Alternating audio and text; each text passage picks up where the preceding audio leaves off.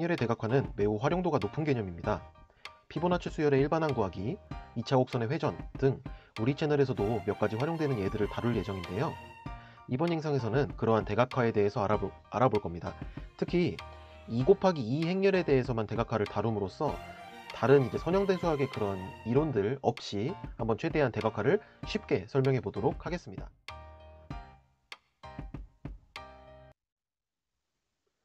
대각화의 정의에 대해서 알아보도록 하겠습니다. 우선 여러분이 기억해야 될 건 대각화라는 건 정사각행렬에 대해서만 정의하는 개념이에요.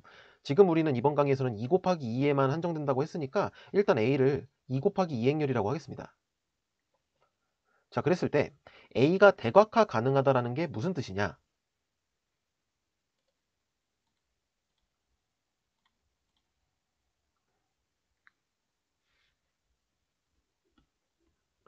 A가 대각화 가능하다라는 건 이러한 행렬이 존재한다는 거예요. 어떤 식이냐면 P 역행렬 AP가 D가 되는 행렬 P와 D가 존재한다. 그러할 때 A는 대각화 가능하다 이렇게 말을 하는데, 여기서 P가 뭐냐면요, P는 그냥 역행렬을 갖는 행렬이면 돼요. 여기 지금 역행렬을 제가 써놨죠. 이 중요한 식에서 제일 왼쪽에 P의 역행렬 썼기 때문에 P라는 행렬은 그냥 역행렬을 갖는 2차 정사각행렬이면 돼요. 그 다음에 D는 어떤 행렬이냐? D가 대각행렬입니다. 자, 여러분 대각행렬 기억하시죠? 대각행렬이라는 건 대각 성분을 제외한 나머지 성분이 다 0이 되는 그런 행렬이고요. 예를 들어 이런 행렬을 대각행렬 이렇게 불렀었죠. 자, 정리하자면 A가 대각화 가능하다는 건 P 역행렬 AP가 D가 되는 그러한 행렬 P와 D가 존재하는 건데, 여기서 P는 역행렬을 갖는 행렬이고 D는 대각행렬이다 라는 거를 기억하셔야 됩니다. 그러면 두 번째, 지금 2번에서 보시면 대각화 한다라는 게 무슨 뜻이냐? 대각화 한다라는 건요, A라는 행렬을 이렇게 바꿔주는 거예요. A라는 행렬을 이렇게 바꿔주는 걸 대각화한다라고 부르는데, 이 식은 어떻게 나온다는 건지는 조금 눈치가 빠르신 분들은 아시겠죠? 자, 우리가 1번에서 정의해서 봤던 이 식에다가 왼쪽에다 P를 곱하고 오른쪽에다가 P의 역행렬을 곱하게 되면 이 식이 만들어져요. 그죠? 그러니까 무슨 말이냐면 P 역행렬 AP가 D라는 식이 있었잖아요. 여기 왼쪽에다가 P를 곱하고 이렇게 오른쪽에다가 P 역행렬을 이렇게 곱하면, 이게 P와 P 역행렬 곱하면 단위 행렬 되니까 이게 이스나 많아잖아요. 이렇게. 그래서 이런 식이 만들어지거든요. 그죠? 자, 대각화한다라는 건 A를 PDP의 역행렬 이런 식으로 바꿔주는 걸 대각화한다 이렇게 부릅니다. 그럼 이제 처음 보는 사람들은 이런 생각이 들 거예요. 선생님 도대체 이거 왜 하는 겁니까? 라는 생각이 들 텐데, 제가 대표적으로 조금 중요한 그런 활용도에 대해서 좀 설명을 해보고자 하는데요. 참고로 먼저 봐야 되는 게 대각행렬의 중요성이에요. 그러니까 대각행렬이 굉장히 유용할 때가 언제냐면요, 예를 들어서 제가 이러한 대각행렬을 생각해 보겠습니다. 그러면요, D의 제곱을 한번 해볼게요. 자, D의 제곱이라는 건 말 그대로 D 2번 곱하는 거니까 한번 실제로 곱해 보겠습니다. 행렬의 곱셈 기억하시죠? 자, 왼쪽에 있는 행렬의 행과 오른쪽에 있는 행렬의 열을 대응시킨다 라고 하면 1 곱하기 1 그리고 0 곱하기 0이니까 1 이렇게 될 거고요. 1 곱하기 0, 0 곱하기 3이니까 0, 0, 9가 될 거예요. 이걸 그냥 제가 이렇게 단순하게 썼지만 이걸 자세히 보면 여기 말한 1이라는 건 1을 2번 곱해서 써진 거였고요. 여기서 9라는 수는 3이 2번 곱해져서 써지는 거예요. 자, 이쁘죠? 그러니까 어떤 특징이 있냐면, 예를 들어 D세제곱을 구해라라고 하면 그냥 이렇게 하면 끝나요. 대각행렬은, 자, 원래 행렬의 곱셈은 복잡하기 때문에 거듭제곱이라는 걸 계산하기 굉장히 번거롭잖아요. 근데 대각행렬만큼은 그냥 예를 들어 D세제곱을 구해라 라고 해버리면 그냥 세제곱하면 돼요. 나머진 0. 그러니까 일반적으로 예를 들어 D의 n제곱을 구해라 라고 해버리면요, 그냥 1의 n제곱, 0, 0, 3의 n제곱, 이렇게 거듭제곱을 계산하는 게 굉장히 간편한 행렬이 대각행렬이라는 거예요. 자, 그래서 대각화를 왜 하느냐 라는 답에 대한 질문은, 대각화를 하면 거듭제곱을 계산하는 게 간편해져요. 실제로 왜 간편해지는지 해볼게요. 자, 대각화를 했다고 쳐보겠습니다. A를 이렇게 바꾼 걸 대각화한다라고 불렀었죠. 여기서 D가 대각행렬인 겁니다. 자, 그랬을 때 제가 A의 거듭제곱 한번 해볼게요. A 제곱 한번 해볼게요. 그러면 A를 제곱해라는 거는 이제 P, D, P의 역행렬을 두 개를 곱한 거죠. 이렇게 했을 때 교환 법칙은 성립 안 하지만 결합 법칙은 성립하기 때문에 예를 들어 이렇게 가운데 두 개부터 먼저 곱해도 돼요. 그러면 이 가운데 두 개를 먼저 곱하게 되면 단위 행렬이니까 안 써도 되죠. 그죠? 있으나 마나한 행렬이니까 곱셈에서는. 그렇게 되면 이거 두 개를 없앴다라고 생각하면 남는 건 P, D의 제곱, P의 역행렬이에요. 여기서 벌써 감동이 찾아왔으면 좋은데 무슨 말이냐면 쌤 이게 왜 감동적입니까? 자, 이게 계산하기가 편하잖아요. 자, 아직은 좀 쌤 제곱 정도는 뭐 그냥 해도 되지 않나요? 라는 생각이 좀 들 텐데 예를 들어보겠습니다. 만약에 A 세제곱을 해볼게요. 그럼 A 세제곱은 A 제곱에다 A를 곱하는 거니까 A 제곱 대신에 제가 일단 이걸 쓰겠습니다. A 제곱에다가 A를 곱한다고 생각해 볼게요. 그렇게 되면 역시나 가운데에 있는 게 두 개가 곱해지면서 사라지기 때문에 결국 남는 건 왼쪽에 P, 그 다음에 D의 세제곱, P의 역행렬 이렇게 되는 거예요. 그럼 예를 들어서 A의 천제곱이 뭐냐? 그럼 A의 천제곱은 그냥 P, D의 천제곱 곱하기 P의 역행렬인 거예요. 자, 보세요. 일반적으로 행렬의 천제곱, A의 천제곱을 계산하는 건 엄청나게 어려운 일이죠. 행렬의 곱셈정이 복잡하니까. 근데 만약에 대각화를 하고 나면 자, P를 만약에 제가 구했어요. 그럼 P의 역행렬을 찾는 거는 어렵지 않잖아요. 거기다가 D가 대각행렬이기 때문에 D의 천제곱을 계산하는 게 엄청 쉽다는 거예요. 따라서 A의 천제곱을 그냥 계산하는 건 어렵지만 대각화를 하고 나면 A의 천제곱 계산하는 거 쉽다 이거예요. 그죠? 그래서 대각화라는 건 굉장히 유용성이 많은 개념이지만 특히나 거듭제곱을 계산하는데 굉장히 유용하다라는 걸 알고 이제 지나가도록 하겠습니다. 이제는 대각화라는 게 가능할 수도 있고 가능하지 않을 수도 있거든요. 그 가능할 조건에 대해서 일단 정리를 해본 다음에 대각화하는 방법을 알아보도록 할 건데요. 일단은 제가 화면에 써놓은 이 성질 두 개가 그 대각화 가능할 조건에서 중요한 성질들이에요. 그런데 이렇게 써놓으면은 지금 우리가 만약에 고등학생이면 이게 이해하기 어렵잖아요. 그리고 이번 강의에서는 제가 2 곱하기 2 행렬에 대해서만 다룬다고 했기 때문에 이 지금 화면에 나와 있는 성질을 2 곱하기 2 행렬에서 다루게 되면 이렇게 바꿔볼 수가 있어요. 여기서 살짝 지금 이제 용어들을 조금 해석하고 지나가겠습니다. 우선 성질 1부터 보겠습니다. 성질 1에서 말하고 있는 건 행렬 A가 서로 다른 고유값을 갖는데요. 지금 2 곱하기 2 행렬이니까 어차피 많아야 두 개잖아요. 그죠? 원래. 서로 다른 고유값 두 개를 갖는다. 그랬을 때 람다1에 대응하는 고유 벡터랑 람다2에 대응하는 고유 벡터를 택하면 그 두 개의 고유 벡터는 1차 독립이다라는 말이 나와 있습니다. 자, 이거는 대각화 심화 버전 영상에서 다루도록 할 건데요. 그냥 지금 2 곱하기 2 행렬. 그러면 이 두 고유 벡터라는 건 이런 자, 2 곱하기 2에서 벡터 택하면은 예를 들어 이런 행렬이죠. 두 고유 벡터 이렇게 생겼을 겁니다. 그죠? 그러니까 2차원에서 좌표 평면에서의 벡터거든요. 그 좌표 평면에서의 1차 독립이라는 거 그냥 어떻게 생각하시면 되냐면 두 벡터가 평행하지 않다라고 생각하시면 돼요.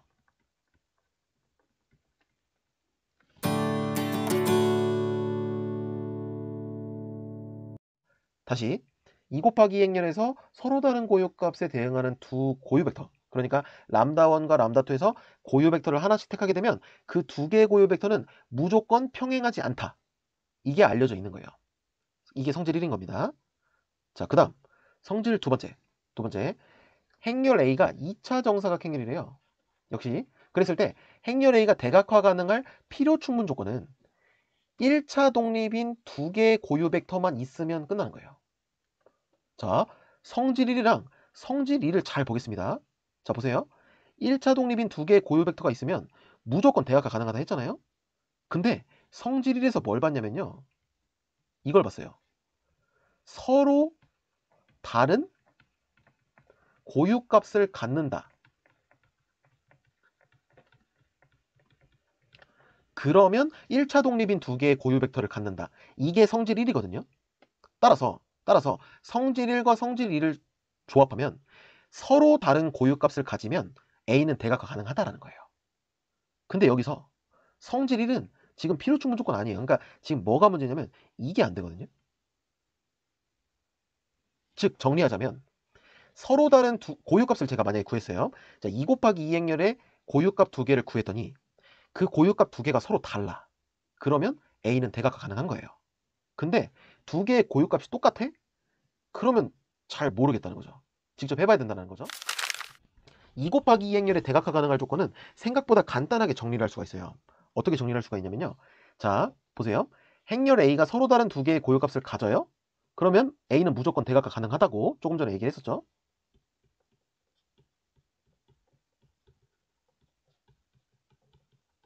그런데 만약에 행렬 A가 고유값을 한 개만 가져요. 그러니까 특성 방정식을 풀었을 때 중군이 나와요. 그러면 대각화 불가능하다라는 말은 못해요. 그런데 2 곱하기 2 행렬에서만큼은 어떤 말을 할 수 있냐면요. 행렬 A가 고유값 한 개만 갖는 경우는 이런 꼴. 자, 어떤 꼴인지 알겠나요? 그냥 이렇게 생긴 꼴. 이렇게 생긴 꼴만 대각화 가능해요.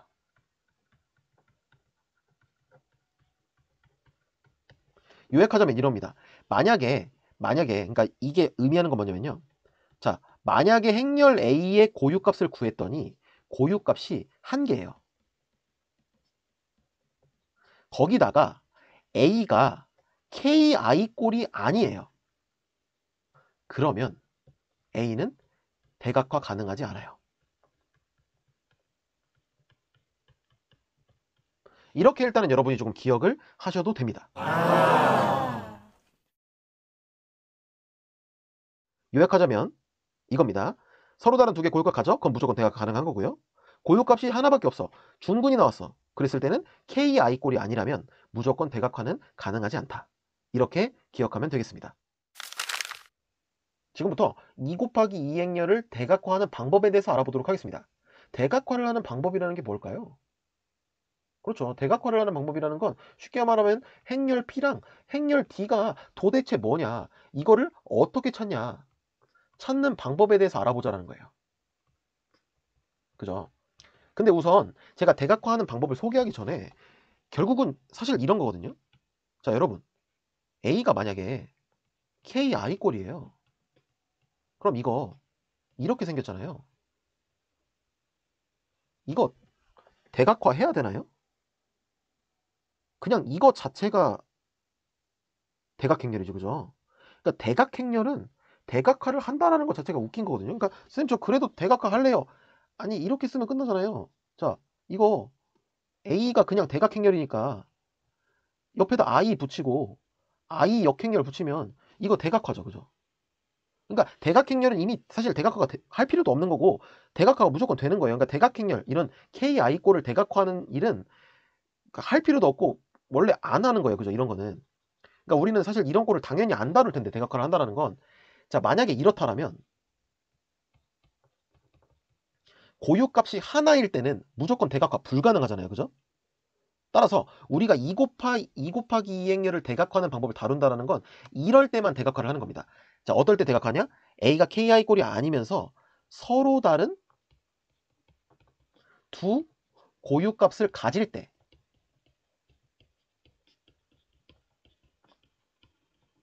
그때 대각화하는 방법을 알아보자는 거예요. 선생님 똑같은 고유값이면 대각화 불가능하다라고 설명했었죠, 그죠? 그래서 지금부터 제가 말하는 방법은 A가 KI 꼴이 아니면서 서로 다른 두 고유값을 갖는 그때 행렬을 대각화하는 방법에 대해서 알아보자라는 겁니다. 지금부터 1, 2, 3단계에 걸쳐서 설명을 한번 해보도록 할 건데요. 대각화를 할 때 무조건 여러분은 1단계는 고유값 고유 벡터를 다 구하고 시작하는 거예요, 항상. 자, 그랬을 때 A가 KI 꼴이 아니고 서로 다른 두 고유값이 나왔죠, 그죠?